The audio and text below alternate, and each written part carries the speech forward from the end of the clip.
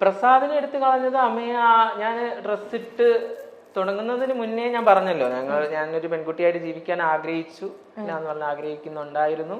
പക്ഷെ അത് സാധിച്ചില്ല. ഇങ്ങനെ ഒരു സിറ്റുവേഷനിൽ ഇങ്ങനെ വന്നു. പിന്നെ ഞാൻ എൻ്റെ ഒരു ഏജ് ഇപ്പോൾ എത്തിയപ്പോൾ ഒരു 28 ഏജ് ഒക്കെ ആയപ്പോഴേ ഞാൻ ഡ്രസ്സ് ഇട്ട് തുടങ്ങിയ സമയം മുതൽ എൻ്റെ ശരീരത്തിൽ ഞാനൊരു ഫീമെയിൽ ഡ്രസ്സ് ഇട്ടു. നമ്മൾ ഇട്ട് സ്വതന്ത്രമായിട്ട് നടന്നു തുടങ്ങാനൊരു അവസരം കിട്ടിയ ടൈം തൊട്ട് വിചാരിച്ചു ഇനി ഞാൻ ഒരിക്കലും തിരിച്ചു പോകുന്നില്ല, ഇതിൽ തന്നെ ജീവിക്കാം. പക്ഷെ അതൊരു വെറുതെ ഉള്ളൊരു പ്രസാദ് എന്ന് പറഞ്ഞിട്ട് വെറുതെ ഉള്ളത് ഇപ്പം കാണുന്ന ഒരു ബന്ധുക്കളോ അല്ലെങ്കിൽ സമൂഹ നാട്ടുകാർ ഇപ്പോഴും അക്സെപ്റ്റ് ചെയ്യാത്ത ഒരുപാട് ആൾക്കാരുണ്ട്. അവർ പറയുന്നതും അങ്ങനെ തന്നെയാണ്, പ്രസാദായിട്ട് ജീവിച്ചു അല്ലെങ്കിൽ പ്രസാദായിട്ട് ജീവിച്ചൂടെ. ഇപ്പം ഞാൻ അമ്മയായിട്ട് ജീവിക്കുന്നത് ഞാൻ ആർക്ക് എന്ത് ദ്രോഹം ചെയ്യുന്നു? ഞാൻ അമ്മയായിട്ട് ചെയ്യുന്നത് വെറുതെ അല്ല ജീവിക്കുന്നത്. ഞാൻ എൻ്റെതായ രീതിയിൽ ഫിലിം മേഖലയുമായി അല്ലെങ്കിൽ എഴുത്തിൻ്റെ മേഖലയെ എല്ലാ രീതിയിലും മുന്നോട്ടാണ് ജീവിക്കുന്നത്. അതിന് ഒരാൾ കുറ്റം പറയാനോ അല്ലെങ്കിൽ ആർക്കെങ്കിലും എന്തെങ്കിലും പറയാനുള്ള ഒരു വോയിസ് ഇല്ല ഈ സമയത്ത്. അപ്പൊ കല്യാണത്തിന് മുന്നേ ചേച്ചിയുടെ അടുത്ത് പറഞ്ഞായിരുന്നോ, വീണ ചേച്ചിയുടെ അടുത്ത് പറഞ്ഞായിരുന്നോ, അതായത് എനിക്ക് ഒരു പെൺകുട്ടി ആവണം എന്നാണ് എൻ്റെ ഉള്ളിലുള്ള ആഗ്രഹം എന്ന്? തീർച്ചയായിട്ടും പറഞ്ഞു. വീണയെടുത്ത് പറഞ്ഞിട്ടുണ്ടായിരുന്നു. വീണയ്ക്ക് ആ കാര്യങ്ങളൊക്കെ അറിയാമായിരുന്നു. അപ്പോ അതൊക്കെ മനസ്സിലാക്കിയ ഒരാൾ തന്നെ ഭയങ്കര സപ്പോർട്ടീവ് ആയിരുന്നു. ഇച്ചിരി സ്നേഹവും പല കാര്യങ്ങൾക്ക് സപ്പോർട്ടും ഒക്കെയുള്ള ഒരാളുടെ ഐഡന്റിറ്റി ഇങ്ങനെയാണ്, ആളിങ്ങനത്തെ ഒരാളാണ് മനസ്സിലാക്കിയ ഒരാളാണെങ്കിൽ, പാർട്ട്ണർ അങ്ങനെ ഒരു മനസ്സിലാക്കാൻ കഴിവുള്ള ഒരാളാണെങ്കിൽ പിന്നെ എന്താ ബുദ്ധിമുട്ട്? പറഞ്ഞപ്പോൾ റെസ്പോൺസ് എന്തായിരുന്നു ആദ്യമായിട്ട് പറഞ്ഞപ്പോ? റെസ്പോൺസ് ഒക്കെ ചോദിച്ചു കഴിഞ്ഞാൽ ഒരിക്കലും അതിപ്പം ഇന്നായിരിക്കുന്ന ആളൊരിക്കലും അങ്ങനെ പറയുമ്പോൾ അത് എത്രത്തോളം ഇത് ചെയ്യുന്നു. പക്ഷെ സ്നേഹമായിരുന്നു, വേറെ പ്രശ്നങ്ങളൊന്നും ഇല്ല. നമ്മൾ നല്ല രീതിയിൽ തന്നെ മുന്നോട്ട് പോകും. ഞാൻ കുറെ കണ്ടിട്ടുണ്ട് ചേച്ചി വീണ ചേച്ചിയുടെ കാര്യം പറയുമ്പോൾ ഭയങ്കര ഇമോഷണൽ ആവണത്. അത്രയ്ക്ക് അറ്റാച്ച്ഡ് ആയിരുന്നു അല്ലേ? തീർച്ചയായിട്ടും അത്രയ്ക്കും സ്നേഹമായിരുന്നു. അതിപ്പോ ഞാനെന്തോ വനിതയിലൊക്കെ ഇന്റർവ്യൂവിൽ പറഞ്ഞ സമയത്ത് ഇതൊക്കെ പറഞ്ഞതാണ്. സത്യത്തില് ഈ ഒരു കാര്യങ്ങളെ പറയണ്ടെന്ന് പറഞ്ഞിട്ടാണ് ഞാൻ ഇവിടെ വന്നത്. കാരണം പല പേരും കേട്ട് അമ്മയുടെ ജീവിതവും അമ്മയുടെ പഴയ ലൈഫും അമ്മ എങ്ങനെയാണെന്നും ഒക്കെ എല്ലാവർക്കും അറിയാം. അപ്പൊ പിന്നെ വീണ്ടും അത് പറയുമ്പോൾ കമ്മ്യൂണിറ്റിക്കകത്ത് തന്നെ ഇപ്പം വന്നപ്പോഴും എന്തിനാ ഇനി ലൈഫിനെ കുറിച്ച് എപ്പോഴും പറയേണ്ട ആവശ്യമില്ല. അമ്മയ്ക്ക് പറയാനായിട്ട് ഇപ്പൊ ഒരുപാട് കാര്യങ്ങളുണ്ട്. ട്രാൻസ്ജെൻഡേഴ്സ് കേരളത്തിലുള്ള ഒരു രീതി തന്നെ മാറ്റമാണ്. അപ്പൊ അതിനിടയിൽ ഇത്രയും ട്രാൻസ്ജെൻഡേഴ്സ് എത്രയോ പരം ട്രാൻസ്ജെൻഡേഴ്സ് 10,000-ൽ പരം ട്രാൻസ്ജെൻഡേഴ്സ് ജീവിക്കുന്ന ഈ കുറച്ച് കുറച്ചു പേര് അവരുടെ കഴിവുകൾ പ്രകടിപ്പിച്ച് മുന്നോട്ട് വരാൻ ശ്രമിക്കുന്നുണ്ട്. അപ്പൊ അതിലൊരു മെയിൻ ആളായിട്ട് ഞാനും മുന്നോട്ട് വരികയാണ്. കാരണം ഇപ്പോ ഒരു മൂവിയിൽ നായികയായി. അപ്പോ അതൊക്കെയാണ് എനിക്കിപ്പോഴും പറയാനുള്ളത്. ഓക്കെ, അപ്പോ ഒരു ക്വസ്റ്റനും കൂടെ ഞാൻ ചോദിച്ചിട്ട് നമുക്ക് ഇപ്പോഴത്തെ കഥയിലേക്ക് വരാം. വാവേനെ മിസ് ചെയ്യാറുണ്ടോ? ഇപ്പൊ ഒരു 1ാം ക്ലാസ്സിലാണല്ലേ? ഒരുപാട് മിസ് ചെയ്യാറുണ്ട്. വാവേനെ കാണണമെന്ന് ആഗ്രഹമുണ്ട്. കണ്ടിട്ടില്ല. പിന്നെ എപ്പോഴും കാണാൻ പറ്റുന്നില്ല. കാരണം സമ്മതിക്കുന്നില്ല. അവരിപ്പോഴും അത് ഹൈഡ് ചെയ്യുകയാണ്, എന്നിൽ നിന്നും ഹൈഡ് ചെയ്യുന്നു. ഞാൻ കാണാൻ ഉണ്ടോന്ന് ചോദിച്ചാൽ ഉണ്ട്. പക്ഷേ അടുത്തല്ലേ സ്കൂൾ?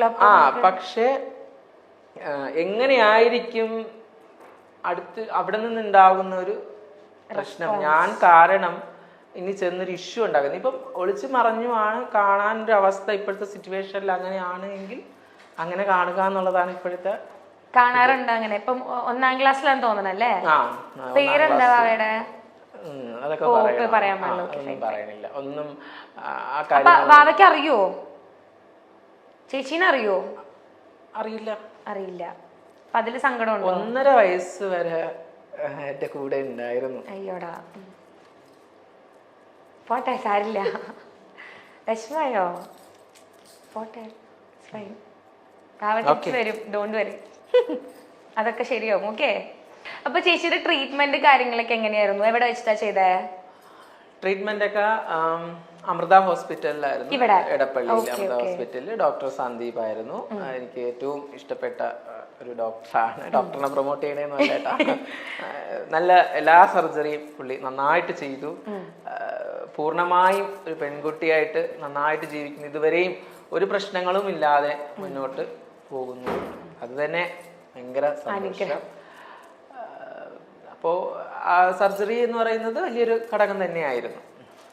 ഓക്കെ. ഭയങ്കര എക്സ്പെൻസീവ് ആയിരുന്നു ഈ സർജറീസ് എല്ലാം? തീർച്ചയായിട്ടും അതൊരു ചെറിയൊരു ചോദ്യം അല്ലല്ലോ.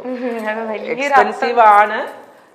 ഇപ്പൊ സർജറിക്ക് വേണ്ടിയിട്ട് ഇപ്പോൾ ബാക്കി കാര്യങ്ങൾക്കൊക്കെയും സർക്കാർ ചെയ്ത് കഴിയുമ്പോൾ സർക്കാർ തരുന്നൊരു എമൗണ്ട് ഉണ്ട്. ആ എമൗണ്ട് നമുക്ക് ഒരു സമയമാകുമ്പം തിരിച്ചു കിട്ടും. ഒരു 3-4 മാസം ആകുമ്പോൾ തിരിച്ചു കിട്ടും. അതൊക്കെ നമുക്കൊരു ഇപ്പം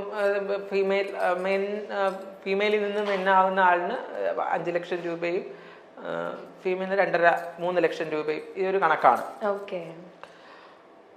അപ്പം ഇപ്പോ ഞങ്ങൾ പറഞ്ഞിരിക്കുന്ന ഒരു കാര്യം സർക്കാരിനോടൊന്നല്ല, ഏത് സർക്കാർ ആര് ഭരിച്ചാലും ആര് വന്നിരുന്നാലും കമ്മ്യൂണിറ്റിക്ക് അല്ലെങ്കിൽ ട്രാൻസ്ജെൻഡേഴ്സിന് ഫുള്ളും വേണ്ടതെന്ന് വെച്ചാൽ സർജറി.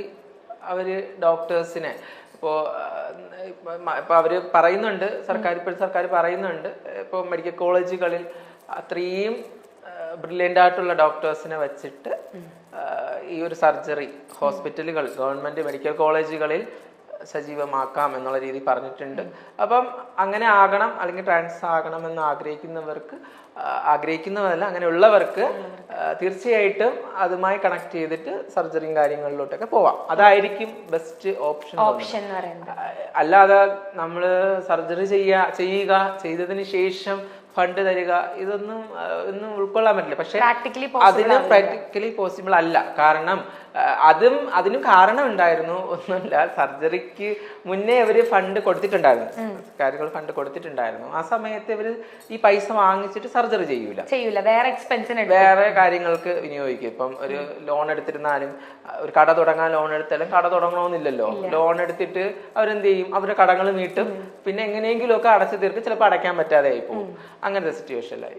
അങ്ങനെ ഒരു ഇത് ഉണ്ടായിരുന്നത് കൊണ്ട് അവർ പറഞ്ഞു സർജറി ചെയ്തതിന്റെ ബില്ല് കൊണ്ട് സബ്മിറ്റ് ചെയ്യുമ്പോൾ അതിന് ഒരുപാട് കാര്യങ്ങളുണ്ട്, ഫോർമാലിറ്റീസ് ഉണ്ട്. അങ്ങനെയാണ് ഞാനൊക്കെ ചെയ്തത്.